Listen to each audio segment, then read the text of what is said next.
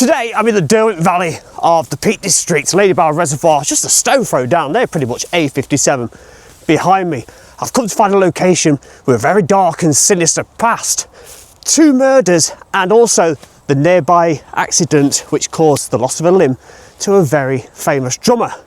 A murder of a traveller in 1635, more recently a beheading in 1995. I'm trying to locate Cutthroat Bridge. This has got its name from basically exactly what happened. The first occurrence of 1635 being of said traveller, peacefully making his journey along the old packhorse route between Sheffield and Manchester that is now the A57. He was found near the location of the bridge, right beside it in fact. However, he had his throat slit from ear to ear. Not good. Carrying no possessions, it was presumed the traveller had been robbed, so there was no way of identifying the victim. He was, however, not dead once found at the scene, but he was carried by a local man named Robert Ridge and 2 companions. They carried him to Bamford Hall in a hope that they could save this lonely traveller that had been robbed, but sadly he was to pass away a day or 2 later. It is, however, a very gorgeous autumnal morning. It's quite dull and overcast. A little bit of traffic going past on the A57, which of course was the packhorse route that I mentioned earlier. It is also quite steep, so I'm going to concentrate on climbing this path and keep a good and watchful eye out for Cutthroat Bridge. Let's keep going. The path is now dropping down. I was thinking I was quite high up back there, but it's dropping down nicely now, and the A57 towards Sheffield is also on the ascendancy, so it can't be long now till we find the bridge of Cutthroat. So I'm going to presume it is just down there beside those trees. A little look at maps, anyone wanting to visit the 2 obvious locations, the closest one being up here where the P sign is. There is a large lay-by off the A57 and Cutthroat Bridge is located on the left. You've also got Ladybower Reservoir down here. Heatherdean car parking is just here, and if you follow it up to the junction, take a right, you get to the Ladybower Inn, and there is a footpath marked in green on here that would take you also directly to Cutthroat Bridge. Zooming in somewhat again, you can see the parking, the lay-by on the right. The bridge is located in the centre of the bend, dropping back down towards Ladybower Reservoir, and the green lines being the footpath where you can access the bridge and beyond.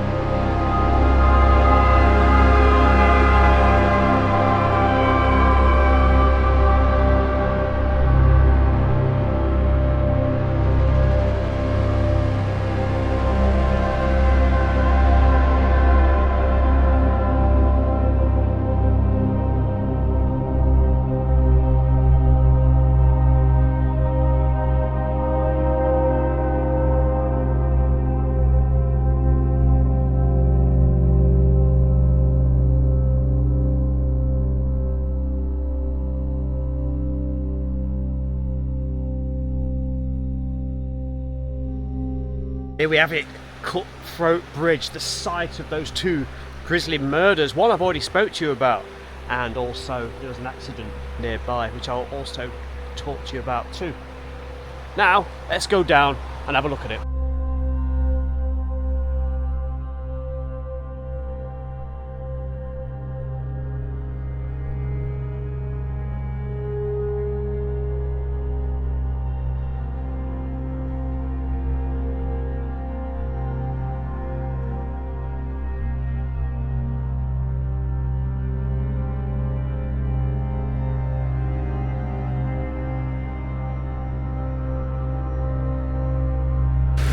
Cutthroat Bridge, I mean, it's beautiful in the sense that all this kind of architecture and construction always looks nice. But unfortunately, in December 1995, a gentleman was found down here who had again been murdered.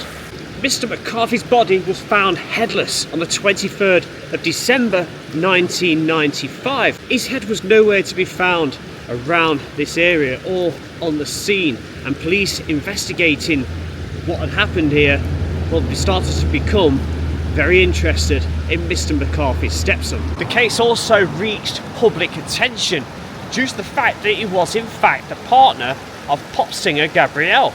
She had a song called Dreams, was it? Anyway, came out in around about 94, 1995. They did split up a while before this happened. It was later discovered that Mr. McCarthy's head was to be found in a woodland almost 150 miles away. I think I'm going to be able to pass below Cutthroat Bridge, so let's see what it's like on the other side.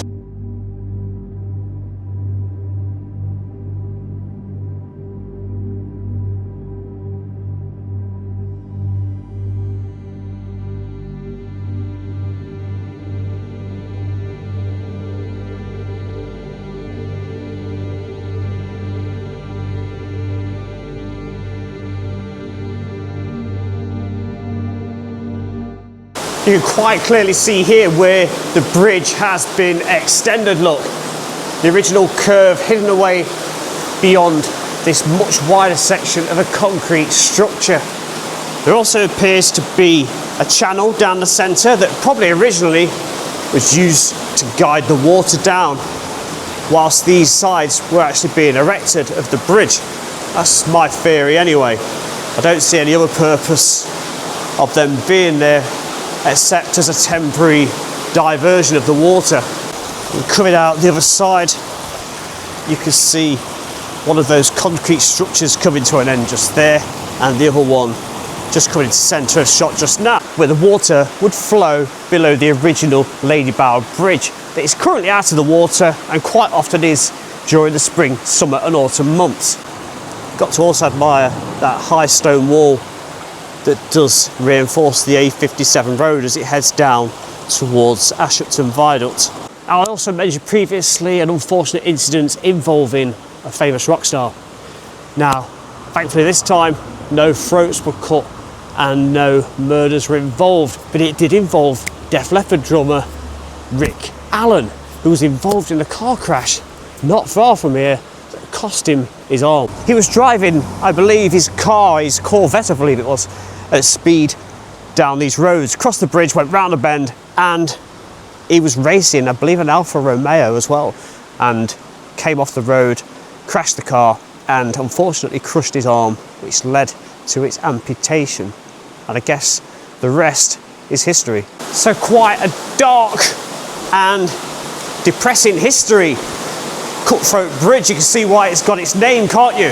So I'm going to pass through the other side and climb out the way I came in.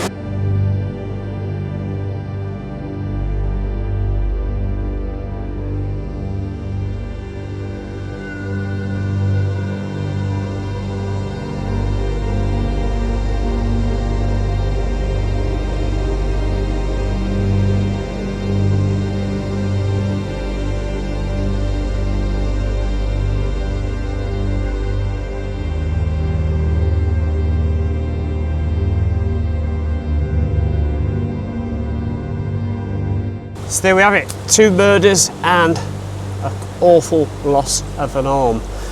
Thank you very much for watching. Any more suggestions similar to this, and I'd like to go and see it. If you could comment below, I'll do my best to make a video out of it and go and find said location.